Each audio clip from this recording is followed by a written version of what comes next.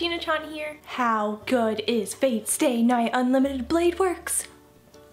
Holy art and animation! So in episode 0 we meet Rin, and my first impression of her is that she is a bit, I guess, standoffish and maybe even like slightly bitchy, but this just adds to her character. That's who she is, and you have to learn to accept her. This girl was so mad when she didn't get Saber when she was calling her servant. Like, extremely mad, and she was so rude to Archer, but Archer gave it right back to her.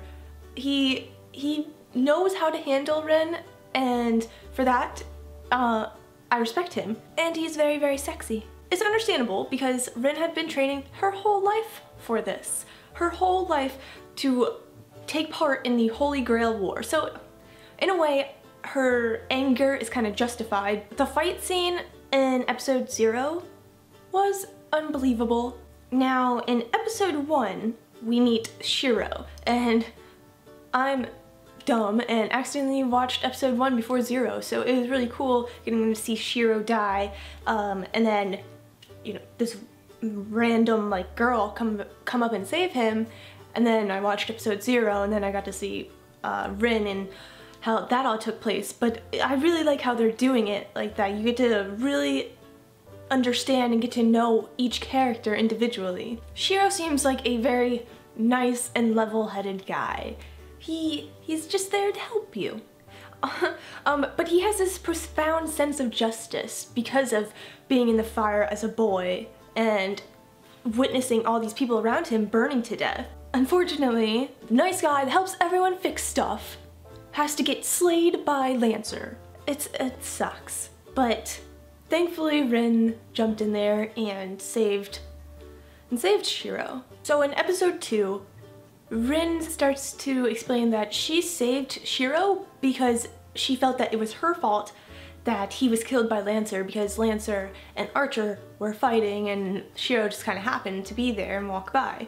But we see later on that Rin could have a little bit of feelings for Shiro. She not only goes to his house to explain more about the Holy Grail War, but she takes him to the priest to see the priest and talk about it in further detail. And when they're done at the priest, they're simply standing there in the street, and Archer even says to Rin, "It would be in your best interest to kill off Shiro right now." Not only does he not know a whole lot, well, he's not that strong, first off. He's not strong at all. But he doesn't really understand he doesn't really understand what exactly this is about. Yes, sure, the priest explained it to him, but he doesn't fully get it and how it works. So he would just be an easy target, but Rin doesn't do it. When Rin takes Shiro to the priest goes into much detail about this Holy Grail War, and Shiro just doesn't, he just doesn't believe him. Like, he's just like, "You're full of shit. Magic? What kind of nonsense is that?" But as the priest continues to, talk about it, Shiro starts to understand, and we find out that there have been 4 other Holy Grail Wars. The priest mentions that emotions got out of the way of the last winner of the Holy Grail War, the one 10 years ago. And as soon as he says that, it kind of goes over to Rin, like the camera switches over to Rin, making it seem maybe that the priest was the last winner of the Holy Grail War, and that maybe something happened with Rin and the priest chose Rin over winning. This is just an idea or a thought. I have no idea if this actually happened, but that's what I took from it. It just kind of made it seem like the priest was involved in the war 10 years ago. And plus, the priest is like her mentor, like guardian, so it's very possible. In order for there to be a winner of the Holy Grail War, and for the winner to get their wish granted, there must be a fight to the death between the masters.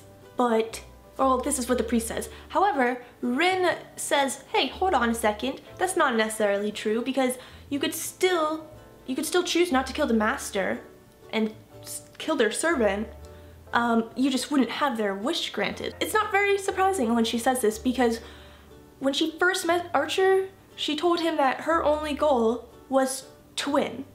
She didn't really care about the wish or the power or anything else that came along with the Holy Grail War. Like I said before, Shiro took all of this information in the beginning and just thought it was kind of like a hoax, or it was just like baloney. But in the end, he agrees, like he mans up, and he's just like, I'm gonna do it. I'm going to fight. Shiro is only participating because of one reason, and that is justice. Man, justice fucking is a reason for everything. But the priest explained that you must kill evil in order for there to be justice. That's just how life works. Oh fuck, and then at the end when the little girl shows up and she's just like, are you guys done talking yet? And she has the berserker, like monster dude right next to her. Hopefully we just get to meet her and it's just like a meet and greet and nobody dies and everything's fine until a few episodes later. Episodes 0 through 2 so far, I think I'm gonna go ahead and give it like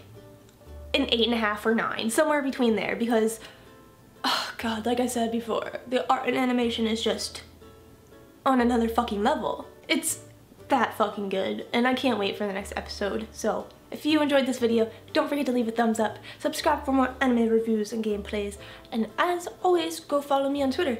Find the link down below in the description. Thank you so very much for watching, and I'll see you next time.